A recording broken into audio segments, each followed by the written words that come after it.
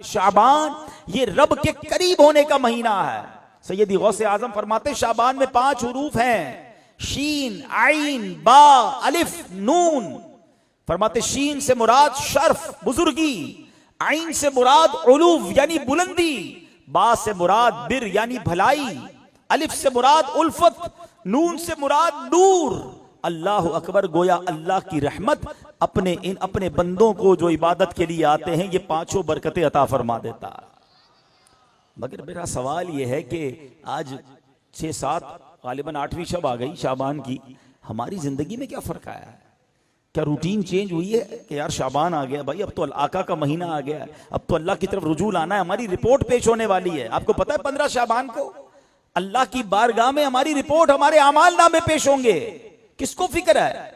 आज किसी को स्टॉक रिपोर्ट देनी हो, टैक्स रिपोर्ट बननी हो, जनाब ऑफिस की कोई रिपोर्ट देनी हो, इम्तिहान आने वाले हैं, रात रात भर लोग काम कर रहे हैं यार रिपोर्ट बना के देनी है वरना मसला खराब हो जाएगा।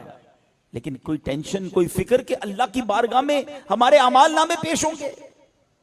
कुछ लोग बिल्कुल तैयारी कर रहे होंगे, गोडाउन भरने की तैयारी कर रहे होंगे, भाई रमजान आने वाला है, जरा सामान खरीद लो, महंगा हो जाएगा, फला आइटम बना लो, ईद की तैयारी हो। कुछ लोग कारोबारी लोग रमजान में ज्यादा पैसे कमाने की तैयारी तो शायद कर रहे होंगे, मगर क्या हम इबादत के लिए तैयार हो रहे हैं?